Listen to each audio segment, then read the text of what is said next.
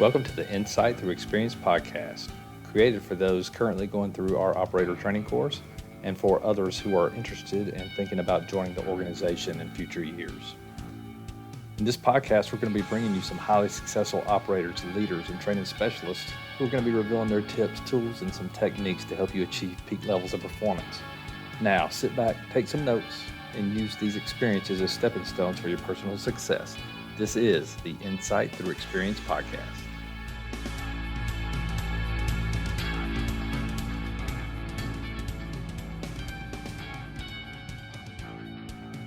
Let me start by saying welcome to all the listeners to the Insight Thru Experience Podcast. Today we're going to be bringing you Steven. Steven is a combat controller. He came from the 2-3 STS and he just graduated OTC a couple of months ago. Not only did he graduate, he graduated number one, which is an amazing feat. For us, seeing Steven progress along his journey has been fantastic to watch. As he came through selection, he was probably honestly in the bottom third of his class that came through, and then to watch that progression and him achieve some peak levels of performance coming through the process has been something that's really, you can take a lot of information from, a lot of tips from, and also Steven has some great perspective on the spouse side of the equation here at the organization and the challenges that he has faced so far in his short stint here. So anyway, go ahead and sit back, get ready to take some notes, and listen to the podcast with Steven. Appreciate you coming along.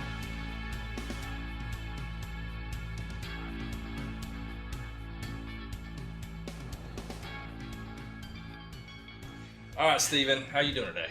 Good. How about yourself? I'm doing awesome. Thank you for coming to do this with us. If you could just give the audience a summary of who Steven is, where you came from, and what was growing up like for you? All right. Steven, grew up in California. I got one younger brother. Mostly grew up with my mom and went to high school, played sports all throughout. Went to a year of college, joined the Marine Corps, did that for 4 years. Then finished up college for about a year while I was trying to get into the Air Force. Joined the Air Force, started doing the combat control thing. Ended up at the 2-3, and then I dropped my package to assess and come up here. Let's talk about the Marine Corps real quick. What'd you do in the Marine Corps? Infantry, and then transferred over to the Scout Sniper platoon once I was there. How long did you do inside the Marine Corps? How many years? 4 years. 4 years? Yes. Yeah, me too. Did you reflect back on your Marine Corps years? What comes to mind? A lot of discipline, a lot of wasted time standing around, but solid foundation in soldiering, basic soldiering. Yeah, I wish we could replicate that in ST, and I think we're starting to. I think we're figuring it out to lower levels, but yeah, Marine Corps, what a great foundation of, when it comes to troop leading and everything else. Yep. It's just phenomenal. Why the Air Force? Was there a gap in between? There was. So I was looking at a couple different options when, funny story, like, while I was in the Marine Corps, I wanted to go the MARSOC route, but because I was an NCO, I got B-billeted, and that means you got to do recruiter or drill instructor, 4 years mandatory, and that wasn't the route I wanted to go. So I knew I wanted to do something on a higher level, so I looked at the Army, didn't really want to start over, go through the infantry or special forces again, and then I had remembered on one of my deployments I had ran into combat controller, PJ, and TAC-P, and then I started looking into that route, so I decided to go with the Air Force. How did you look into that route? Recruiter? Did you go online? Like, what'd you do to figure it out? Online. I went to a recruiter. Recruiter didn't really know much about it, so it was a lot of self-research, getting in like chat rooms and talking to guys who had gone the route or were pursuing it at the time as well. What was the transition like? Because I can remember I came in 94 and it was a shock. It was hard. So showed up to Lackland, and I remember getting yelled at for yelling at people, and I was told that's not all right. What were you yelling at them about? So I got put in charge right off the bat because I was a senior guy, and a couple dudes. E5 coming over? E4. E4, check. Yep. So a couple of the guys were late to formation, and I started tuning them up like we normally do. And one of the MTIs came over and was like, you can't do that. So it was a culture shock for sure. Better quality of life, but I'd say discipline-wise, the Marine Corps was a different animal. Did you choose to go to 2-3 STS or I did. Play out? You did? Yes, Awesome. I did. So Why? at the time when I got out, my wife got stationed at Lackland. What's So your wife's AFSC? She was supply, Check. and she did that for 5 years in order to get her master's, and then got out, and now she's a GS. So Awesome. Good for her. Yep. Why the 2-3? So just your wife kind of drove that decision, or? that was the main decision. I didn't want to go overseas. Not really big into not being able to know what's going on around me. People speaking a different language. We are a lot alike in a lot of ways. So I definitely wanted to stay within the United States, and it was between Hurlburt and Joint Base Lewis McChord. What was your experience like down there? It was very good. I came in about 6 months before deployment. Had a former 2-4 troop chief who was my troop chief at the 2-3 when I first got there, and he definitely hit the ground, or had me hit the ground running, and pushed me in ways that I hadn't been pushed before mentally, which was different for me. How are the deployments there? Give me just choose one and give me the day in the life of Steven on deployment. So AZRT deployment was stationed out in Ali Al Salim, Kuwait. But the daily rundown would be get up, work out, go get some food, go into work, submit 1 million con ops, get them all denied, and then work out some more, and then end the day. And then every once in a while in there, you get one con op that gets approved, or you get a JTAC who would need, a survey done for an operation that was coming up, and you'd get the call and get to go out to work. Did you ever get to deploy as a JTAC? I did not at the 2-3. So kind of cool though. You do an AZRT, get your JTAC rating at the end of the deployment, and then kind of set you up. So where was the transition in your mind to get to the 724? When I got back, I knew that was something that I really wanted to do. I got some pushback from some former 2-4 operators that were at the 2-3 that were just saying, maybe get your first JTAC deployment, get a little bit more experience because we don't want you to go to selection and then become discouraged if you don't get picked up. But in my mind, it was something that I felt like I needed to do at that time, and that was a risk I was willing to accept.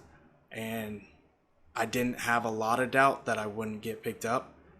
Doubt's always there, but I was willing to accept that risk at that time to go try out. I want to foot stomp this point just because a lot of guys who are thinking about coming up here will hear this as well. But what would you tell those who are also getting those same kind of, hey, wait till you get some more experience in deployments? What would you reach out and tell all those folks right now?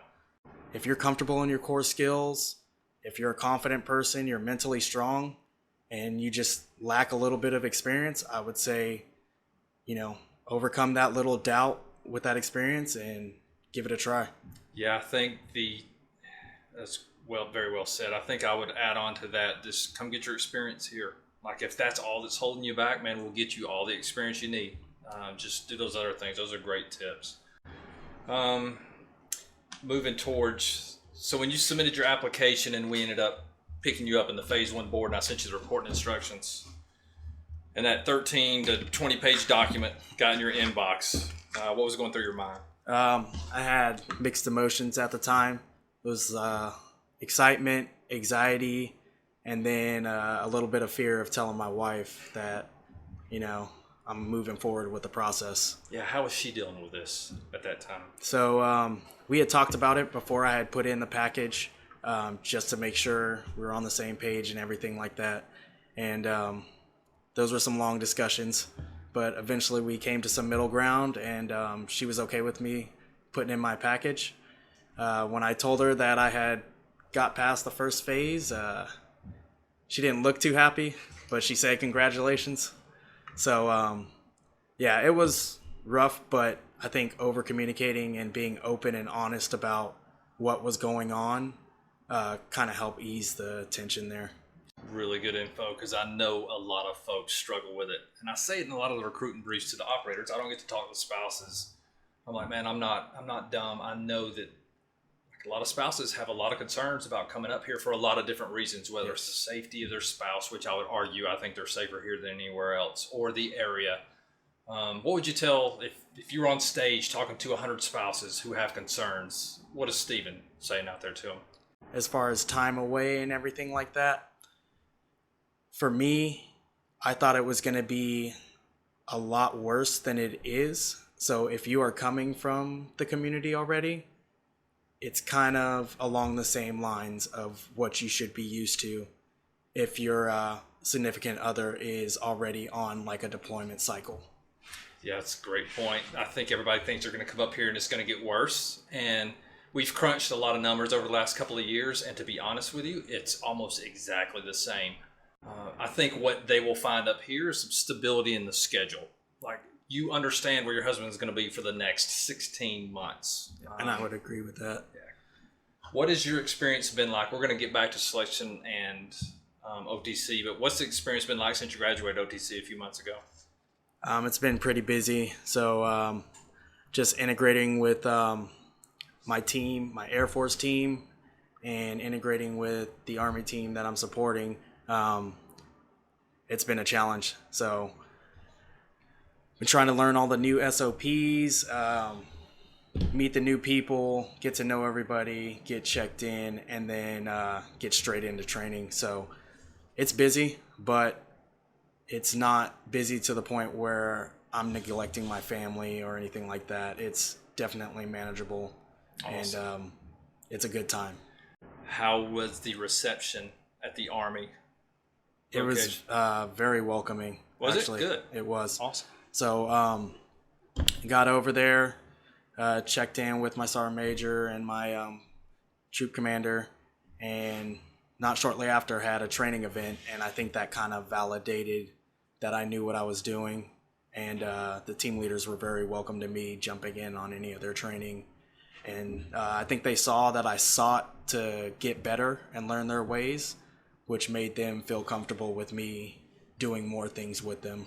Awesome. And I would argue, and we'll get back to the OTC conversation, which hopefully made you at least comfortable in stepping into that environment and being successful.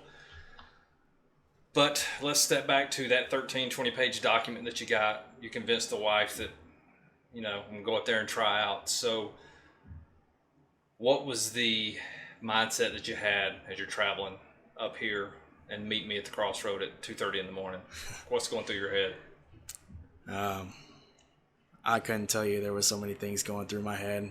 I was trying to play the game of, all right, what's going to happen? We're going to do this. We're going to do that. I thought the process was very professional, so everything was straightforward in that package, and that almost kind of made it worse because in my mind, I'm thinking, okay, they're telling us all this stuff, but it's going to be completely 180 out or something like that. But I was very focused on making sure that I presented myself in the best way possible. What would you maybe offer as some tips to guys who are about to embark on that? I would definitely say if you're at the point where you're getting ready to come up here, get in a good mental state, like relax, be in a good place, try to settle all your stressors or anything like that before you get up here, because all it's going to do is compound once you get here. But if you're coming up in a good mindset, everything is taken care of at home, then you should be successful. Moving forward with selection, once we met you at the four-way and the process was underway, just give me an overall summary of how you think the experience was for you, what you remember. I'd have to say it was very straightforward. So there wasn't a lot of, the curtain getting lifted and you being thrown off. It's just being able to follow directions, being able to comprehend what's given to you, and execute that. Awesome. Were you satisfied with how Stephen performed? I would say I was about 80% satisfied. So I'd say core skill wise, I was satisfied. But physically, I thought I could have done way better than I did at the selection. How were you comparing that? Like, so you say you struggled physically maybe a little bit. How were you comparing it? Just comparing it to others, comparing it to your standards for yourself? I was going off of my standards and how I perceive myself, and I've always been more towards the top physically. And what I wasn't thinking about was we're getting, the best of the best are coming up here to join the best. So, that was a little bit of a mental stressor for me, being around others who are at the same level, higher than I am, and I'm not performing at the same level that I'm at. It's a great point just to highlight that you're in an environment almost like the NFL Combine, where it's just the star players are coming. And now you are in the middle of that where, at our other units, in our prior lives, we probably rose to the top in some of our professions. But you come up here and you're surrounded by the best. So being in the middle sometimes feels pretty good. So that's a great point of guys coming up here and don't expect to necessarily be the top, be competitive, but just know you're surrounded by greatness. Yep. Explain some ways that guys were successful, some of the things that you saw in them that were making them successful. Not really comparing them to your actions, but what are some things that you saw, man, that guy is probably going to get picked up and this is why? A lot of the things that I saw were guys who took the time to process the information and then execute versus just listening and not really taking time to process and then executing. So a good example would be, someone tells you to hit the ball over the right fence and you just hear hit the ball and you just go swing instead of taking that time to figure out how you're going to actually do that, even if it's just a split second. But I think that's what makes guys successful, the guys who can adapt and if they do make a mistake, correct it and do it right the second time. What was your low mental point? One low mental point that I had probably throughout the duration of selection was that physical fitness standing that bugged me a lot. So that would be in the back of my mind. And then every second where I had to myself, like at the end of the night, that would be one of the last things on my mind every night. We didn't talk about it. Exfil. What was the experience like? Yeah, it was rough.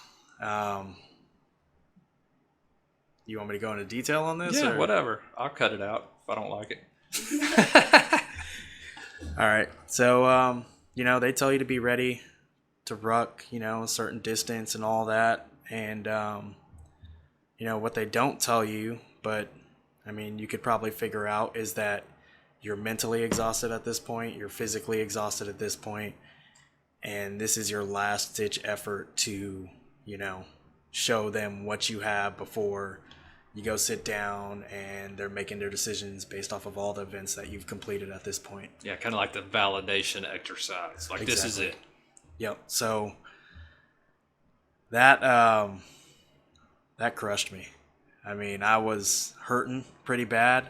I felt like when the team events came, I don't know what it was, but I would get that burst of energy and be able to contribute as much as I could on the team events. But when those individual events came, I would start and then gremlins would creep in my head and it would just snowball from there. So it was definitely one of the better experiences I've had in my life, even though it was probably one of the worst experiences because of how I performed, I felt.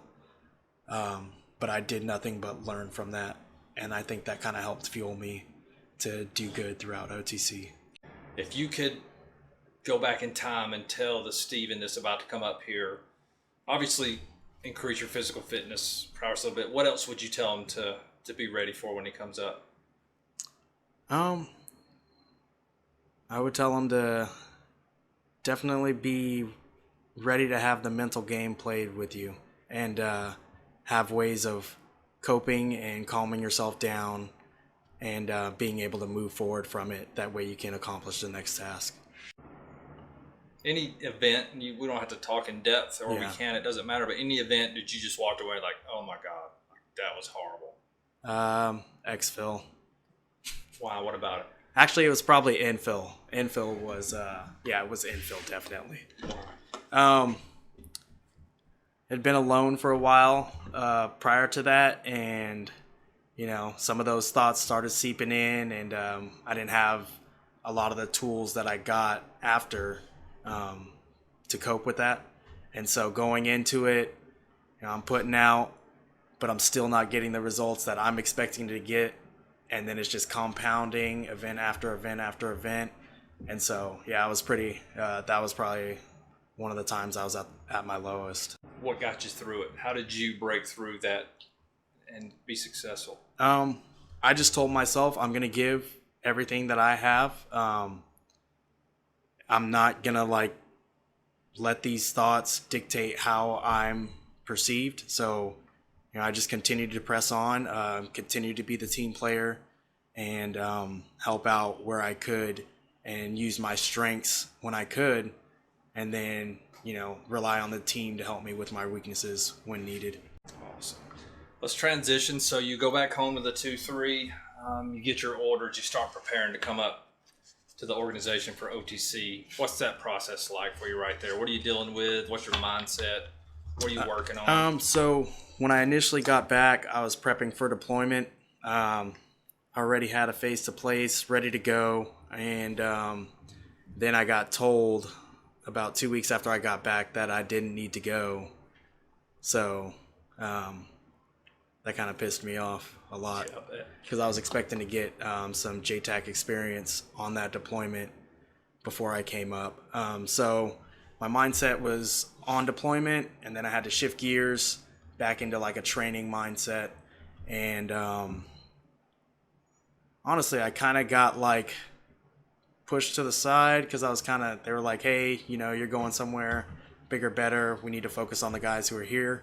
So setting up a lot of training and just trying to stay sharp on my skills, while at the same time trying to figure out where I'm going to live up there, what we're going to do, talking with the wife on what she wants to do as far as work or not work, and then finding a place for the kids for daycare, school. So it was mentally challenging, but I felt like I had plenty of time to work all of that out and get everything settled before I came up. Looking back at the start of OTC and peak performance specifically, I'm focusing on the feedback from selection. What did that reveal? Was there any surprises in there from your peers? No surprises. It was kind of along the lines of everything that I was tracking. It was still kind of a emotional moment, because I'm hearing it from somebody else and it's not coming, from me. But for me, that's good. I like to hear that kind of stuff, because it just makes me want to be a better person and fix any type of faults that I do have. What were some of the things? We don't have to go in depth, but just what were some of the big highlights that they were telling you? A big highlight, and this would be a theme throughout, was guys were worried that I was going to burn out. I was putting in too many hours, and I think that just comes from my upbringing and having to do a lot from a young age, and so I've just always continued on that path. But them highlighting that definitely helped me throughout Green Team, because I think if I would have continued on that path, I probably would have gotten burnt out. Give me a brief summary of your OTC experience before we get any deeper. Overall, looking back, what are some of the highlights? Some of the highlights were, I'd probably say that was one of the best teams that I've been a part of. Everybody there was motivated. Everybody there wanted to make the next person better. And we were all working towards a common goal of making sure that we all finished OTC. And so definitely that. And then it was by far the best core skills training that I've gotten to this date. Sticking to that a little bit, explain that from a combat controller's perspective or just from a tactical perspective? From a tactical perspective, I think with the time that was allotted, the Cadre did a great job of making sure that guys kind of knew the basics up front. And then we branched off from there and went into our specialties. And then for the combat control side of the house, it was almost like STTS on steroids. You're going through your employment phases, you're going through your core skills, and then you culminate it at the end with the exercise. And you're getting the best advice from the guys who are doing it up here, who are the best. And it just makes you a better person at your skills. What are some of the things that your teammates, like some of the positive things that you saw every day, like this guy's doing these things and that's freaking just leading to his success? A lot of that was trying to solve your boss's problems. I can sum it up like that. Guys were leaning forward on getting things done. They were always helping out another teammate, and they weren't afraid to tell you how it was, which I think helped our team out a lot. What are some, man, I'm putting you on the spot here a little bit, but what are some techniques that guys should do when they come up here? Because I would say we're all type A guys. Yes. We're all integrating with a bunch of type A guys in a pretty high stress environment eventually. So what are some techniques guys should just, or some good techniques you've seen? So being able to take critical feedback is by far number one. Like you said, we're all type A. You know, we don't like to be told we're wrong or we're doing something wrong.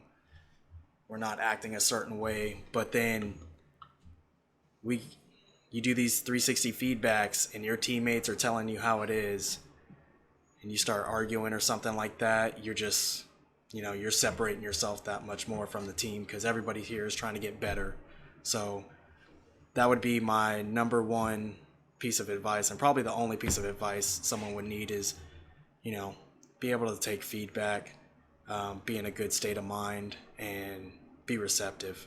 That's awesome. I think if we can just, maybe this sounds a little softish, but every time somebody gives you feedback, they're giving you a gift because they didn't have to. They didn't have to write those things in a 360. Or I know y'all probably sat around and did verbal 360s, but they don't have to. They're doing it because they care about you. And if you can reframe it in your mind like that, I think it's going to make it a lot easier for folks. Describe the most difficult time you had in OTC. Most difficult time was probably getting up here, and then right before we started, realizing that I was going to be a team leader. So it went back into that mentality of, hey, I'm an inexperienced guy as far as the Air Force side of the house goes. And there's controllers here, there's PJs here who've been doing this job a lot longer than me, who have, the ST skills down. And that was a challenge at first. But I had some good dudes around me who helped me overcome that and helped me balance to be in that role successfully.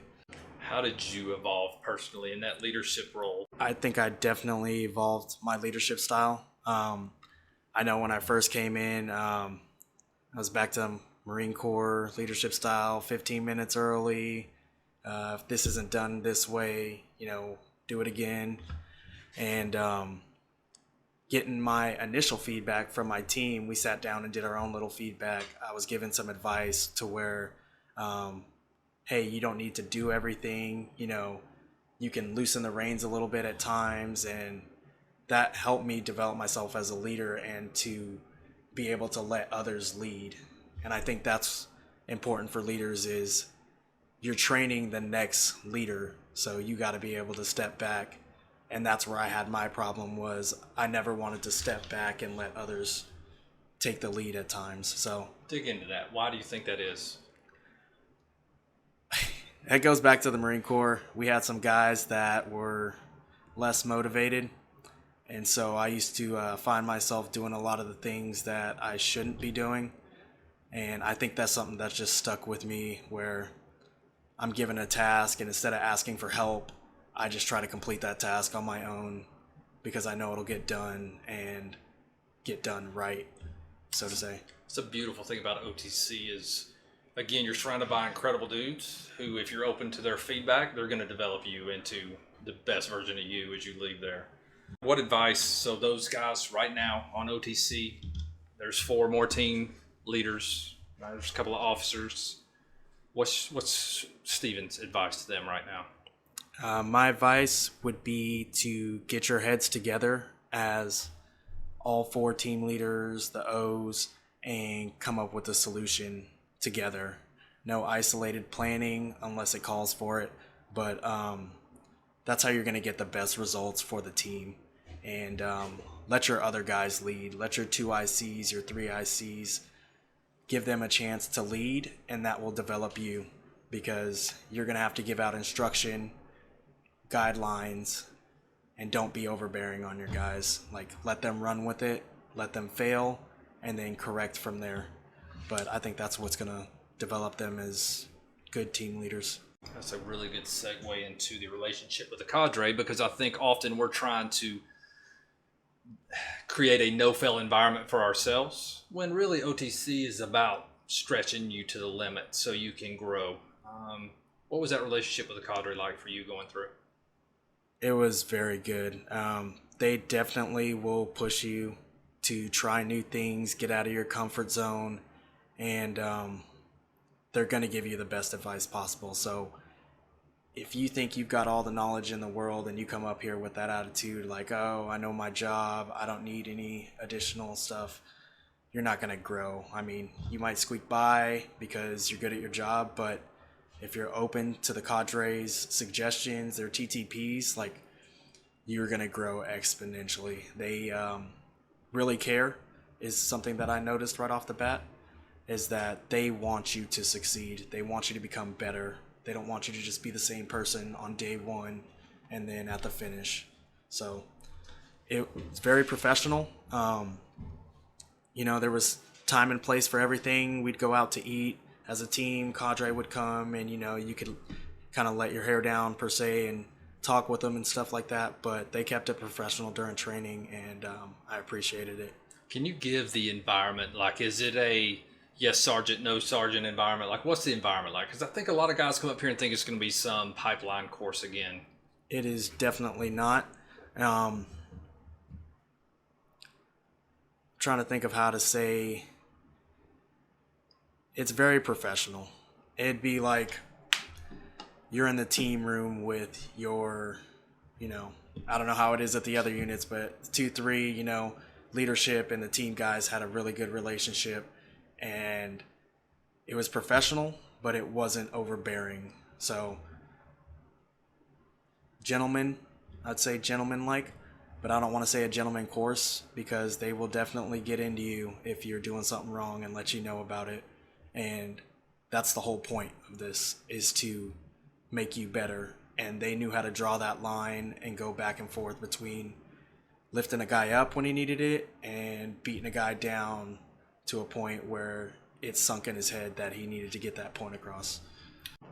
Let's talk about work-family balance, because looking through some of your 360 comments from your guys, man, and you said it already, they were worried. They said this is a star performer, but he probably needs to go home more. Yep. Describe it from your point of view. So that is still my biggest challenge to this day, and that is one that I've been working on, taking chunks out at a time. But I feel like I get,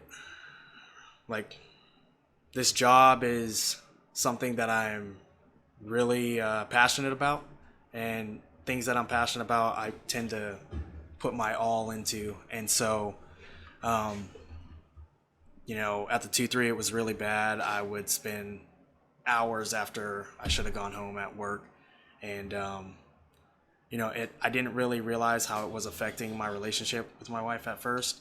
But, I started to realize that more and more. And then once the selection conversation came up, she was friends with a spouse of a former operator up here, and she was like, oh man, it's going to be way worse. And so, that's when things really started to get bad. But I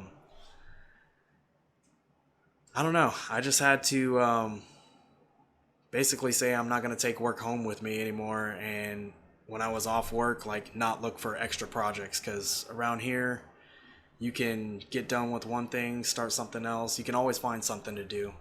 And I mean, I think that's what the unit's looking for, is guys who are willing to do work, but also who know how to draw it back and, you know, relax and not burn themselves out like I was down the path to do. How'd you correct it? If that's even the right term. So, sat down with my wife and actually a couple teammates, and we just talked about it. Like, she asked what my priorities are, and like my first and foremost priority is making sure, you know, my family's taken care of and that I'm there for them when they need me. So just reiterating that to her, like, solidified it in my mind. And, you know, that's where I was able to kind of shift gears and be like, okay, I don't need to spend 16 hours at work if I don't need to. I can go home and, you know, not think about work, concentrate on my kids, concentrate on my wife. That way they stay with me for the duration of this journey. That's a great point. Now that you've transitioned over to the 2-4, what are you, a 5 or a 6 on the team right now? Six, I see. So a 6. So how are you managing it now? Are you going home earlier, or you still got the mindset of, man, I've still got to get here and stay here and do some stuff? So I still have that mindset, but not as much. And I'm getting the work done that I'm tasked to get done. And then, you know, I'll take a little bit of time. I'll give myself 30 minutes, you know, sometimes an hour, depending on how early I'm getting off, to sharpen up whatever I want to. And then I'm cutting it off and going home. That's a great concept to employ. And I never did this, but maybe just setting a deadline. Like you just said, 30 minutes or an hour after last call, and I'm going to tighten up my stuff. And then no matter what, I'm because the war ain't going to be won today. Exactly. It's a marathon. Yep.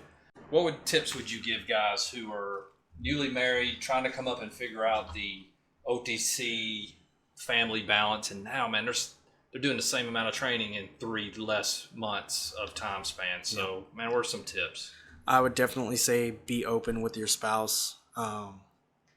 You know, if you make it through selection and you get your schedule, you know, put that out there so they know they can plan around it.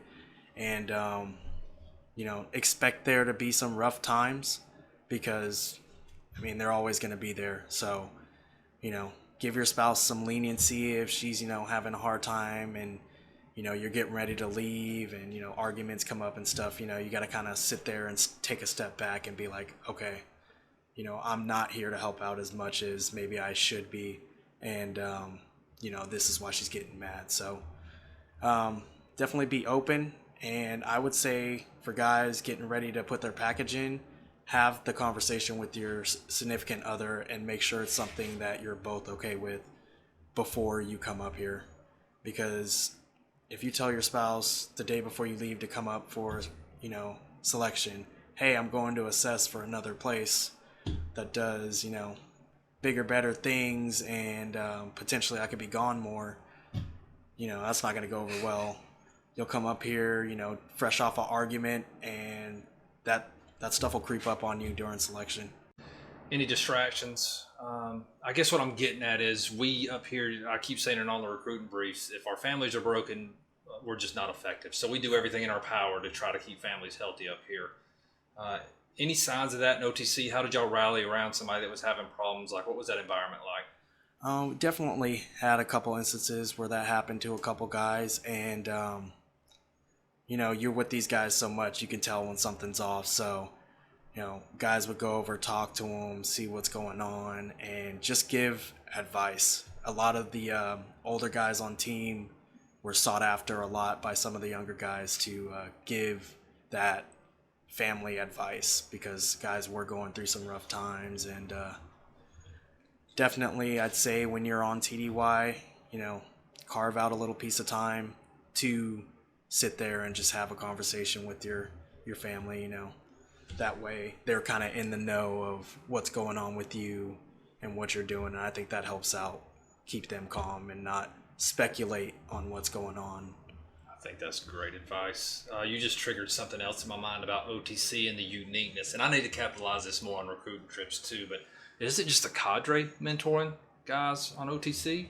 Like you've got the best of the best from all the STs and RQSs there who are mentoring each other too. Explain some of that, or at least give me some of your thoughts on that. It definitely is not just the cadre mentoring. You know, you got, like you said, the best of the best coming, and then you got all different walks of life and guys who are motivated to getting better. So you got any problem, someone's probably experienced it on your team and has some ways to help you out with your problem. And that happened a lot on our team. And we would sit down, and sometimes we'd have discussions as a team on one individual's issue and just give him advice. And that's where that being receptive is, key, because everyone has their opinion, and maybe someone's gone through what you've gone through, and it might help you get through it. So I think our team was really good at that, at surrounding each other and making sure that everybody was, had their stuff tight. Any experience with the POTFF staff that stands out during OTC, and what would you suggest to the guys who are going through OTC now or in the future? I would definitely say to use them. The psych docs, the human performance strength coaches, everybody is there for you. So I would say for the guys who are going through OTC, definitely utilize them. It's not going to do anything but help you. It might take 5, 10, 15 more minutes, to go sit down and have a conversation or go get something looked at, but it's definitely worth it in the long run, and it's all within arm's reach. Yeah, so I think just getting guys over the hurdle of this is going to negatively affect something.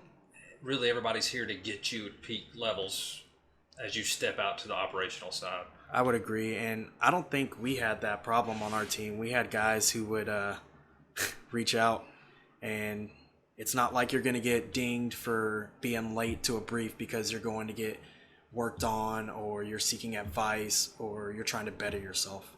So as long as you were upfront and you just weren't AWOL, there was no issues with seeking help.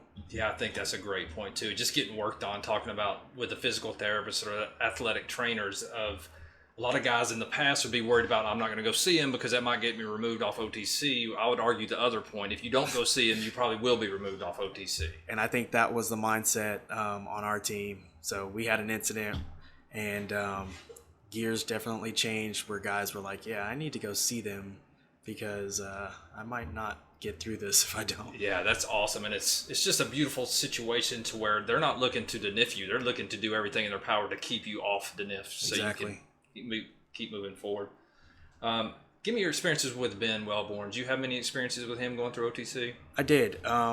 He came out to a bunch of our training events, actually, and he actually helped out a lot. He gave me a bunch of coping techniques and ways to keep myself calm in stressful situations. So an example of that was I brought up for the controller side of the house, every time I would hear troops in contact during a scenario, I instantly knew that I was physically having a reaction as well as mentally, because I'd get hot, I'd start sweating, I could feel my heartbeat going. And even if I was in the calmest scenario, the simulator, and I heard troops in contact, my body would trigger that response. And Ben had a wealth of knowledge and gave me all these documents and different techniques on how to cope with that and how to overcome stressing myself to a point where I'm detrimental to my performance. So for those who aren't up here yet, Ben Wellborn is our sports psychologist, but really his goal, I like to call him a mental performance coach, because that's what he focuses on, is getting the operators to give them some tools and tips to get them over some of those hurdles and make them perform a lot better. Did you have any access to that down at the 2-3? I did not. I think so. We had a psych doc. We had our POTFF team, but it wasn't at the level that Ben was involved. So he would come out to training, he would videotape us, and then sit us down afterwards and be like, hey, look, did you guys see this? Look, that person's pretty stressed out right now. It's like, you don't realize some of that stuff unless you see it, and he's telling you how to cope with it. Guys coming up to OTC, They just got selected. They're in that liminal stage of about to leave the rows back at their other units and about to come up to another organization to once again go through some training and feel like they're putting it on the line. What are some tips you could give those guys? Just because you got selected doesn't mean it ends there. Continue to sharpen your skills. Definitely seek opportunities to advance yourself in any way as far as quals go, because it'll just help you out and your team out along the way. And like I said before, if you're married, talk it over with your spouse. Like, give her the expectations and let them know as much as you know as early as you can. All right, Stephen, any closing thoughts? Yes, I do have one. Kind of just with that last question, definitely do a lot of soul searching before you decide to come up here. They're looking for the right guys, and you know if you are or are not the right guy. And I cannot stress that enough, because everybody up here is type A, wants to get after it, and I don't think there's any room for, the person who just kind of wants to say they made it and then stop progressing. So I'd say look within yourself, see if this is something you really want. You really desire to be up here, work among the best, and then make your decision on whether you're going to put that package in or not. I like it. That's a great piece of advice. I'd also, I think, maybe seek feedback from some friends who will shoot you straight and just say, man, do you think I possess those same traits as maybe a guy who could go up there and be successful? Definitely. Because we often judge ourselves, and sometimes that's a candy-coated picture we paint. It's really good to get some critical feedback from some guys and just say, what do I need to tweak maybe even before I go to selection to be more successful? So I'm going to be open and honest with you and everybody that's listening. Yep. And you weren't our top pick, clearly, when you got done. In fact, we had a long discussion about Stephen of, do we send him back and let him get better, or come back and show us something else, or not, or go ahead and bring him up here and train him our way. So coming up here to OTC, we figured, well, Stephen's coming up, man. He's kind of the bottom third probably of the class. And then you pop number one coming out of OTC. Like, just so everybody's listening, out of all the top performers that we bring up here, Stephen was number one coming out of OTC. So make that make sense for me. I mean, I don't know how to make that make sense to you, because, in my mind, there's still guys that I was working with who I believe, some of the best that I've worked with in all of my military career. But I think it just comes down to, putting the team first and foremost, making sure you're solid on your skills, and then just being an all-around good person. I think those are the three things that I can say for myself that I focus on to try to make myself and the team successful. Outstanding. Stephen, I sure do appreciate you coming to do this. This is going to be valuable beyond measure, and appreciate you taking out the time, buddy. All right, man. Let me take one final chance to thank Stephen for coming over and dropping some knowledge bombs on us today.